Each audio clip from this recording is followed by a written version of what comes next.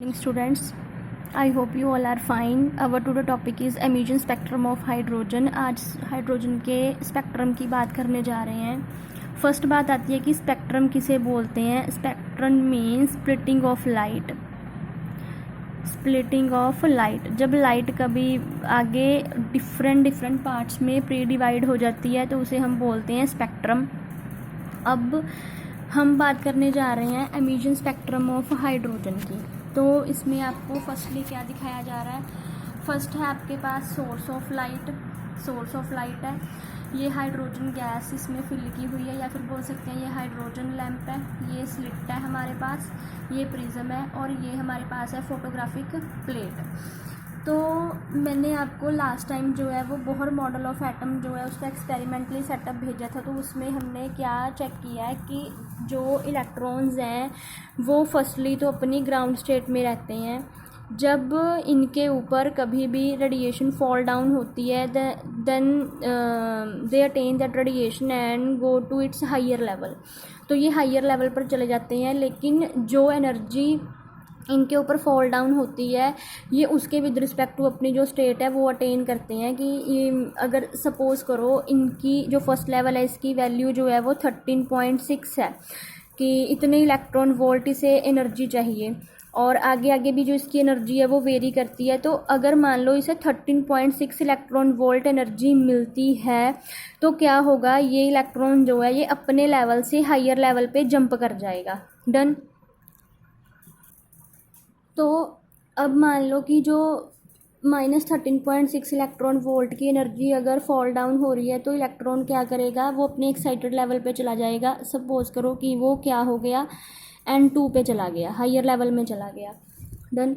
अगर मान लो 13.6 से कम की जो एनर्जी है वो फॉल डाउन होगी तो ये यहीं पे पड़ा रहेगा कि स्टे एट n=1। अगर 13.6 से भी ज़्यादा मीन्स ये है जब इक्वल टू होगी उतनी तो ये ऊपर एक लेवल चला जाएगा। जब ये 13.6 से ऊपर चला जाएगा, ज़्यादा एनर्जी फॉल डाउन होगी तो क्या होगा, ये किसी भी लेवल पे जा सकता है। सपोज़ करो कि मैंने एक्सेस में काफ़ी एनर्जी सप्लाई कर दी तो ये यहाँ से उठ के तो ये इस लेवल पे जंप कर गया कि ये चला गया n=6।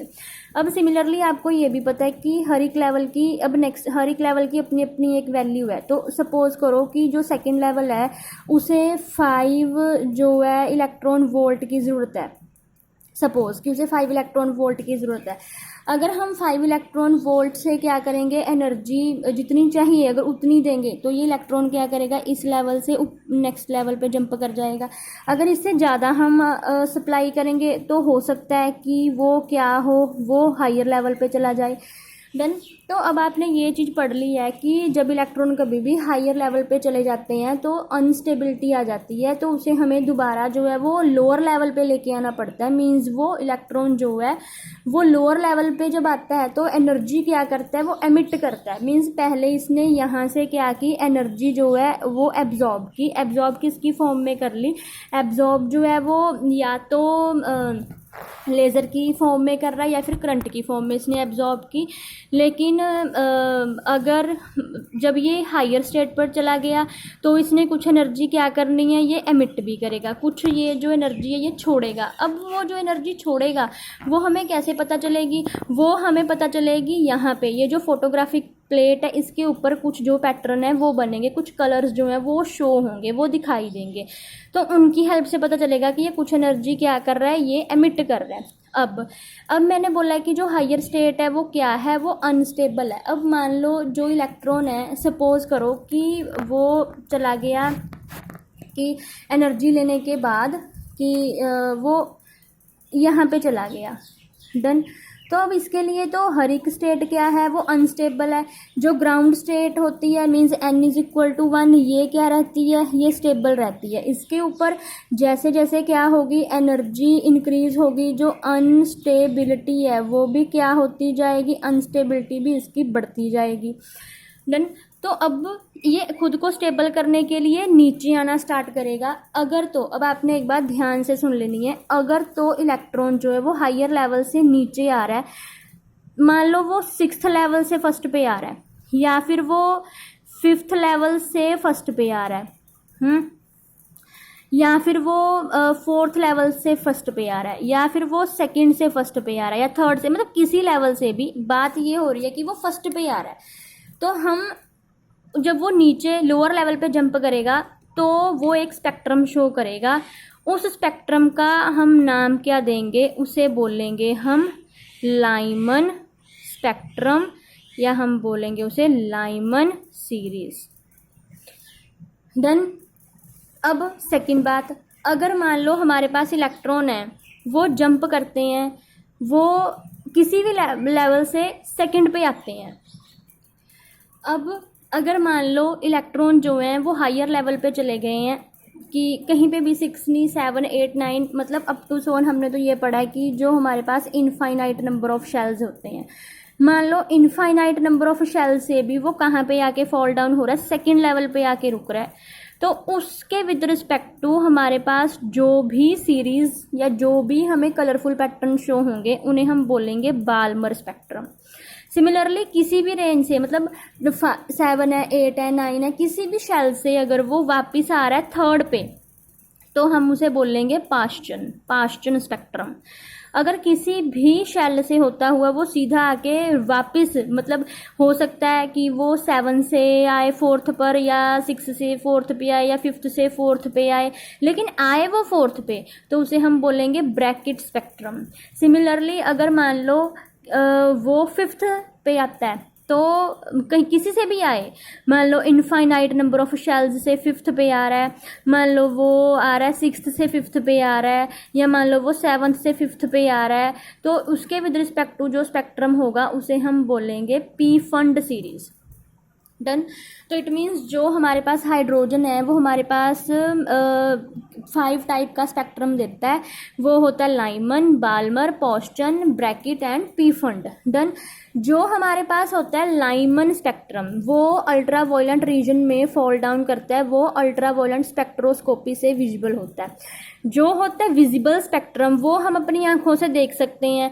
जो विजिबल स्पेक्ट्रम होता है उसमें कौन कौन से कलर रहते हैं विजिबल में, violent, Indigo, blue, green, yellow, orange, red. तो ये सारे कलर जो हैं ये विजिबल स्पेक्ट्रम के बीच में फॉल डाउन करते हैं। हमें जो यही रंग दिखाई देते हैं, इसके अलावा तो कोई रंग दिखाई देता नहीं है। तो जो बाल्मर सीरीज है उसमें ये सारे कलर आते हैं और वो हमें दिखाई देते हैं। अब नेक्स्ट बात आती है कि पॉस्चन सीरीज है या ब्रैकेट सीरीज है या पी फंड सीरीज है, ये सारी जो है ये इंफ्रारेड रीजन में फॉल डाउन करती है। ये इंफ्रारेड, अगर आपके पास स्पेक्ट्रोमीटर है तो आप उसकी हेल्प से ये देख सकते हो। हमें हमारी आइज़ को ये जस्ट क्या दिखाई देता है कि वाइट स्पेस है और ये ब्लैक लाइट ब्लैक हमें ये दिखाई देती हैं। हमें एक्चुअली में हमें इसका कलर विजिबल नहीं होता। देन अब नेक्स्ट बात आती है कि जो ये हमारे पास रेडिएशंस आ रही हैं या जो हमारे पास ये स्पेक्ट्रम आ रहा है, इस स्पेक्ट्रम का हमने क्या फाइंड करना है, हमने इस स्पेक्ट्रम की फाइंड करनी है वेव लेंथ। तो 1860 में एक साइंटिस्ट हुआ है जिसे हम बोलते हैं रिडबर्ग ने क्या कहा कि जो भी लाइट विजिबल रीजन में फॉल डाउन होती है, अगर हमने उसकी क्या फाइंड करनी है, वेव लेंथ फाइंड करनी है, तो उसके लिए उन्होंने हमें एक फॉर्मूला दिया है, that is 1/n1 square minus n2 square. तो अब रिडबर्ग ने ये हमें फॉर्मूला दिया है कि r 1/n1 square minus n2 square z3 square. तो इसकी हेल्प से हम वेव नंबर फाइंड कर सकते हैं। ठीक, अब वेव नंबर जो है वो 1/λ है, तो अगर हम उसका रेसिप्रोकल कर देंगे तो हमारे पास क्या आ जाएगा, वेव लेंथ जो है हम वो फाइंड कर सकते हैं। अब नेक्स्ट बात ये आती है कि n1 n2 क्या होगा। n1 n2 किसे बोलेंगे, n1 होगा कि वो किस लेवल पे आके फॉल डाउन हो रहा है, किस लेवल पे। n2 होगा कि वो किस लेवल पे चला गया। अब जैसे सपोज n1 क्या हो सकता है 1, अब n2 वो कहाँ पे चला गया, हो सकता है सेकंड पे, हो सकता है थर्ड पे, फोर्थ पे, फिफ्थ पे, सिक्स्थ पे, हमें नहीं पता, किसी भी लेवल पे जा सकता है वो। एन अगर हमारे पास 2 है तो N2 क्या है, अगर N1 मान लो वो सेकंड लेवल पे है तो सेकंड लेवल से वो किस लेवल पे चला गया, तो मान लो ये हमारे पास N1 है, जिस लेवल पे गया वो N2 है, ये मेरे पास N1 है, जिस लेवल पे गया वो उसका N2 होगा। डन। Z उसका होगा एटॉमिक नंबर। अब आपने ये है इसका एटॉमिक नंबर, तो यहाँ पे आपने एटॉमिक नंबर की बात करनी है। जो ये हाइड्रोजन स्पेक्ट्रम है, अब आप बोलोगे कि Z की क्या नेसेसरी है कि Z तो 1 ही होगा, तो ये क्यों लिख रहे हैं, तो it is hydrogen type elements के लिए भी यूज़ हो रहा है। इट मीन्स कि जैसे हाइड्रोजन का H है, हीलियम का He पॉजिटिव है, क्योंकि हीलियम का नंबर क्या है 2, अगर एक इलेक्ट्रॉन लूज़ कर दिया तो कितना रह गया 1। लिथियम 2 पॉजिटिव हो सकता है। अब लिथियम का जो नंबर है वो हमारे पास होता है 3, 2 इलेक्ट्रॉन लूज़ कर दिए आगे 1। तो hydrogen helium lithium beryllium 3 positive हो सकते हैं, तो कितने इलेक्ट्रॉन आगे 1। तो अगर वो हाइड्रोजन टाइप एलिमेंट है तो उसके लिए भी ये एप्लीकेबल है, तो इसलिए हमने ये Z पुट किया है कि अगर Z को यूज़ करके। अब आपको एक चीज़ पता चल गई होगी कि देखो एक इलेक्ट्रॉन है, एक इलेक्ट्रॉन ने भी इतना कॉम्प्लिकेटेड स्पेक्ट्रम दे दिया है कि उसे एनालाइज करना इतना डिफिकल्ट हो रहा है। तो अब जिन एलिमेंट्स में इतने इतने इलेक्ट्रॉन होते हैं, 11 इलेक्ट्रॉन है, मान लो 20 इलेक्ट्रॉन है, मान लो 114 इलेक्ट्रॉन है, तो उनका स्पेक्ट्रा देखना कितना ज़्यादा मुश्किल होता होगा। तो इट मीन्स ये जो है काफ़ी ज़्यादा टिपिकल होता जाता है इनका जो स्पेक्ट्रा एनालाइज करना है। तो जो वो एलिमेंट होंगे वो इससे भी आगे वाले रीजन में जो मतलब वेवलेंथ फॉल करवाएंगे या उनकी जो स्पेक्ट्रम आएगा, तो अब जैसे ये तो हमारे पास आ गया इंफ्रारेड, यूवी और विजिबल रीजन, वो इससे भी आगे होगा। मान लो X-ray, cosmic ray, radio, gamma, micro, उसमें फॉल डाउन हो सकता है। तो अब इसके बाद आई होप आपको ये सारा जो टॉपिक है क्लियर हो गया होगा कि जो हाइड्रोजन है उसका स्पेक्ट्रम कितना कॉम्प्लिकेटेड होता है, और आपने इस को यूज़ करके वेवलेंथ आप कैसे फाइंड कर सकते हो। Done. If you like my content then please subscribe my channel also. Thank you.